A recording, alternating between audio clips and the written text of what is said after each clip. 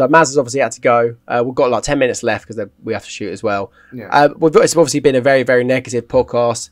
Three losses, well, 6 losses on the bounce. What can you expect? But in this little part here, we're going to talk about how we think we can fix it. So who wants to start on how we think we can fix this rut that we're in? I can start. Go for it, mate. Yeah, cool. So, we're obviously, none of us are in charge of anything, but if we were, I'm just thinking how we would fix it. For me, I think we just need to, I know Potter says he likes a small squad. There's something he's gone over. But I feel like it's left us so short to the point where we have no competition. There's no jeopardy for the players. There's no fact that, if I don't play well, I'm going to get dropped. If I don't do that, like Sanchez, for example, he thinks if I play poorly, I could get dropped. Not that I want him dropped, but maybe just an experienced older head, someone like, I suggested Ben Foster earlier, or maybe somebody from, a similar sort of player who's maybe at the end of their career, but still a very good goalkeeper. Mm-hmm. Or somebody from the division below who can step up as maybe a number 2 to really push him, to give him the opportunity, a younger goalkeeper. Yeah, you can look at Palace. I hate to compare Palace to Palace, but they've got Gaeta and Jack Butland, who used to be one of the biggest prospects in English football. A keeper with something to prove. Yeah. Yeah. And you know what? I've got no issue with Steele, but it really seems like to me that they don't trust him to put him in like that. Mm. The only time he's come in is when he's absolutely had to.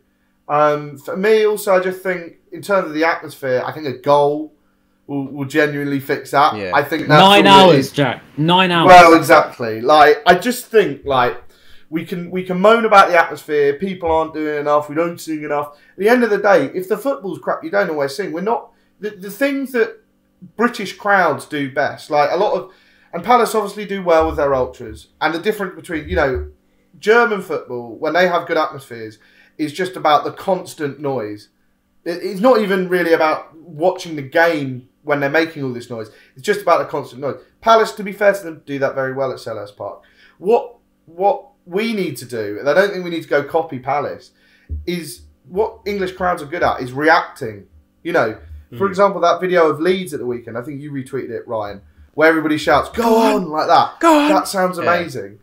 If we had an opportunity like that, it goes up. I do think, a player who runs at people as well would get the crowd. Yeah, it seems very, very, very obvious, doesn't it? But it's going to keep coming back down to the same points. Yeah. We need more attackers. Simple as that. Quality up front is not good enough. It's not good enough at all. So that's always going to come down. We need some Knockout when he come in. Literally just pace. We just need pace. A different dynamic. It's simply pace. Kasenga Luar, even further back than that. Luar is so exciting to watch. But I remember the conversations like they were yesterday about Anthony Knockaert. We would say, he gets you on the edge of your seat. You want to watch him play. You pay your money. You're entertained because you're watching Anthony Knockaert. That was the point of it. The best player in the Championship by a distance that season. And it was like, we had him. And that was what was so good about it. We had someone that was so in demand, so brilliant, and that was so watched by everyone in the league, that were feared by everyone in the league. We have nothing like that going forward at all. I think the confidence thing as well is so psychological.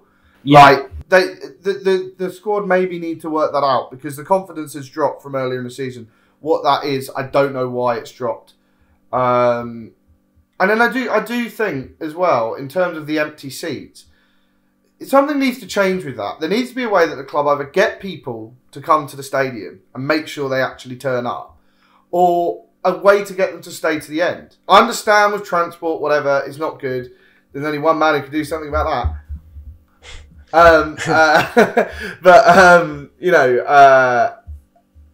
So that was tragic. That horrible wink, yeah. It was, we need to do something about that, because it's crazy. Because, like I said, I went to Tottenham. I was transferred that ticket to an account I had from a Europa Conference League game at the beginning of the season for free. It cost me nothing for that season ticket holder. So my friend Sam, it cost nothing for him to transfer his dad's ticket to me. Here it costs 20 quid. For me, that would be great, because or even for a few games, if we know a game is going to be empty, like the Burnley game or the Villa game, or even a Wednesday night against Tottenham, make it free to transfer a ticket, and then people will go. Yeah, literally. My cousin went to Liverpool with his girlfriend, and they were using 2 season tickets, and they got turned away because it wasn't their identity. I don't know how they managed to get questioned. They just got ID'd. They got turned away. They said you can't come in because it's obviously not their season tickets. So that's 2 people not at the Liverpool match. It's just pathetic. It is actually, it's such a joke. Like, you would rather have a bigger crowd, more people actually there, rather than turning people away constantly. It's 45 quid for a ticket. The cheapest ticket against Liverpool was 45 quid. Like, because I bought one as a season ticket guest for someone. They weren't a Liverpool fan, don't worry. And it was 45 quid. It's the cheapest ticket available in the stadium. And there were hundreds all around the stadium. I bought that on the morning of the game as well. So at 9 o'clock in the morning, I bought a ticket for the Liverpool game where there were hundreds available. Something needs to change on that. Because I don't know how you change it though. The 2 seats next to me have been empty every single game, except for Man City, when it was somebody who's humming Man City songs under their breath. It was strange. Oh, fucking hell. And it's just like, how do we change it? And I think in generations to come, a lot more kids will support Brighton and we'll start to see the crowds fill. And it will be their team. But we lost a whole generation of fans when we were at Withdene and Gillingham who didn't want to go watch Brighton because it was at the, where you'd have a school sports day or 100 miles away in Gillingham. So... That's a very good point. Yeah. How are we fixing it, lads? You do yours, mate, and I'll finish on mine. Yeah, you do yours and I'll finish on mine. Because I've got... I'll be very quick. Very quick. Obviously, signing a new striker or another winger, something like that. I know it's really easy to just point your finger and say sign someone, but that will, give a lift to the team. You got Lewis Dunk, who we kind of mentioned before. He's in a team of players that he's been with for quite a long time now. Basuma's going to leave. That won't be any good for the team. They'll be a bit disappointed that their best players go in. And then you're left with no real stars coming in. So it's not motivating for the players. And I guess that's where the kind of confidence now comes in. Like, they don't see any end to or light at the end of the tunnel. And obviously we can't sign anyone now. But in the summer, like you said, Ryan, it's big summer. I think we need to get a proper star player for the forward line. And then the next one is the ticket situation. I don't care like what Paul Barber said. It's so obvious that we just need to be able to pass your ticket to someone else like you used to be able to. And then we'll have so many more people in there. I don't care if it's someone that doesn't really support Brighton either. I just want seats in there. And that's a lift to the team. If they see a full stadium, that's motivation for the players as well. If they're seeing like what happened last night, empty seats against a big 6 team, even the commentators were baffled. How are there so many empty seats? I mean, I guess the form, you could say, raining. But at the end of the day, like, if that ticket was free for someone, even if they didn't like Brighton, they would have got it even if it was pissing down with rain. And that would have been a seat filled. I don't know. I think they're the 2 reasons that are the fixes to try and get us out. I think the early leaver thing, I don't think that'll ever change. I think people are always... No, yeah. It's just the only thing that I would say, last night I noticed, the food thing was stacked. Absolutely full. If they offered half-price food or half-price drinks after the game to get people to stay to the end, that might work. Yeah. All that food as well is... Well, I think they give it to the homeless community, which is good. Do they? Okay, that's good. From the club. They definitely have something to do with that. But, all that food is just stacked up. And it's not going anywhere. It's all got to be used. It's all got to be binned or whatever. So, that seems a shame to do that. And I did try to negotiate with the guy behind the till, but he didn't want to give me my second pie for free. Oh, I got one for free once. I blagged it. But Ryan, you say yours, then we'll wrap up. Okay. Yeah. Apart from everything we've already spoken about, I think there's so many problems in this football club. There's so many problems. There's a massive disconnect to the fans, and that in itself has ruined, particularly this season. Maybe this season people have just become more aware of it. I think it's been a thing for a few years, but I think people have probably become more aware of it now. Maybe since COVID, people sort of became all of a sudden self-aware of everything. So COVID, obviously, there was no fans in the ground. All of a sudden, we all come back, and it's just not quite the same. The magic's gone, and like any fire, it does burn out eventually. I feel like there's that spark is not there anymore. We go to the game. I'm not buzzing to get to the game, and I'm not.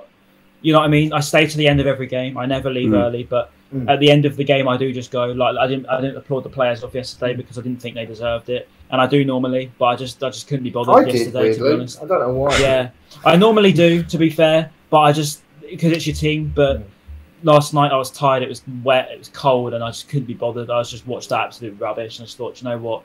They don't care, so neither do I. I'm going home, and yeah, I just think we need to We need to crack that problem of fan to board. The fan to club has been massively ruined somewhere down the line. The communication's gone. The together thing it feels like a distant memory, to be honest. That literally is. That whole era has, and the trouble is, I think a lot of it's a football thing. We're going through a big transition period in football at the minute. Football's changing very quickly. Football as a whole is changing, yeah, definitely. I think you're massive. Because you look at non-league football, they're now getting 2,000. Worthing get 2,000. People are maybe seeing football for a different experience than just the But this is the thing. So football's become a lot more money. It's been, obviously, players are played obscene amount. And that includes the players that we've got contracted to this club. They might only be on 50, 60, 70, 80, grand a week, but it's obscene money. It's money that we can't comprehend money. And even if you had that for a year, you'd be overwhelmed by it. These players have egos twice the size of us, twice the size of the ground, sorry. They don't, as much as we love to say they care, most of them won't. Most of them will just go home to their big houses and they'll be like, oh, well, it is what it is. We're going to go on holiday now because we've got a break. Football's changed. Football's become egotistical. I think it's always been there, but social media's put a light on it. And I think as well, football's also become more tactical. It's become more robotic. It's become more, we bring in a manager like Graham Potter who's very good at what he does, but that comes with the robotic feel. As much as I like Graham Potter as a manager, I think what he does is brilliant, and how he's changed the club is fantastic. But he has no personality, and I was to say, no, he's very emotionless. Those sort of managers won't, because they're just there to do their job, and that's not necessarily a bad thing. But if you want to be entertained, it's certainly not a good one. And I think that sort of feel of football's a given now. You don't get the passion merch, the old-fashioned passion merch. That's not really You used to be able to watch. You used to be able to look down and see Gus Poyet like having it larger, like in his box, and it would get the crowd up. Because Hume was the quietest man. He was the coolest man in the ground every time, but he still had the passion for the club. You could tell he loved it. Whereas with Potter, I don't think he loves the club. I think he loves. I think he does. I think he does, but he just doesn't. I think he does. I think he doesn't get passionate. He doesn't get passionate. But I don't think he's like that as a manager, though. I don't think he's a passion merchant, to be fair. My point of it is, right, that sort of feel of football, and I'm not just putting it on Potter. I think Potter's fantastic. But I think that feel of football is now a thing. That emotionless, we're doing it for robotic feel. That's how football is now. It's a tactical game. It's not so much like it used to be.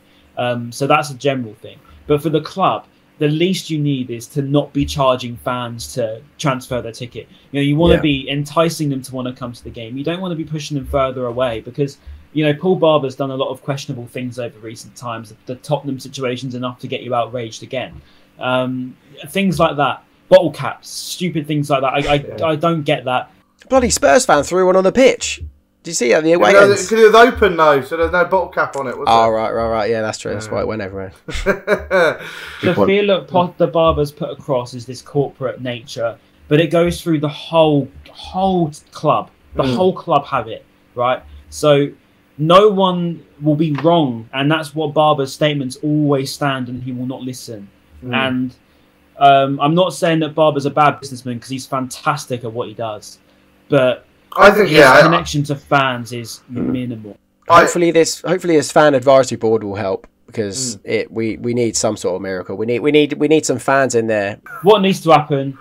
Barber needs to get a connection back. We need to sign someone good. We need to have some of the players look like they at least care for more than 5 minutes after they concede, because that's not good enough either. I back the team, but sometimes you just need to act like you care a little bit more. Alexis McAllister and Neil Maupay, that does not apply to you. Shane Duffy, the same. But the rest of them, just seriously. And yeah, I don't want to go into it anymore because it's just draining. But yeah, we just need to sort out the whole match day experience too. It's a mess. Well, this was a happy one, wasn't it? Yeah, I was going to say. A happy podcast, wasn't it? Hopefully we've covered... 6 in a row, mate. We've lost 6 in a row. Yeah, Hopefully we've covered some negatives that you guys are also been feeling, listening to this now, watching this now, and you maybe feel some sort of relief that we've kind of vented your point and spoken about it. We've covered a lot. We haven't had long to do it, I don't think, but we've tried to get it in as much as possible. We haven't talked about the game as much, but I think we've spoken about 6 losses in a row now. Yeah, we spoke about losses like 5 podcasts in a row now, so this 6th one is a bit different, but just full of. Well, I'm off to West Ham now, so I'm going to have to literally do it. Because, I just go to football all the time. I bought a ticket for the Johnson's Paint Trophy final this morning. So, well, if you have enjoyed this episode, please leave it a like. I'd be surprised if you have enjoyed this episode, but give it a like if you want. Yeah, like it if you want Brighton to win against Norwich. That's what we'll do. That's a classic YouTube, isn't it? Comment whatever you want, because I really, at this point, I'm just absolutely drained from watching this club. Comment, bring back Gus. No, please don't do that. Actually, no, you know what? But this will be sensible. Comment how you think we can fix it, because we've said what we think. Comment how you think we can fix the run and also the future of this club. Even though it sounds doom and gloom, but because it's all going to be good. You got free. Yeah. I bought 3 away tickets yesterday for Wolves, Spurs, and City. Jesus. All at once. Don't do that again. Yeah, that was an absolute shotgun blast to my fucking bank account. So yeah, like and subscribe for that alone. And if you every subscriber will be £1 to Jack. That's what. And we're gonna win. We're gonna win the next 4. Yes, and that's me done. Also, leave a review on Spotify and Apple, and we will see you. Thank God we've got an international break. We will see you for the Norwich game. Hopefully, we'd have won by then. Peace.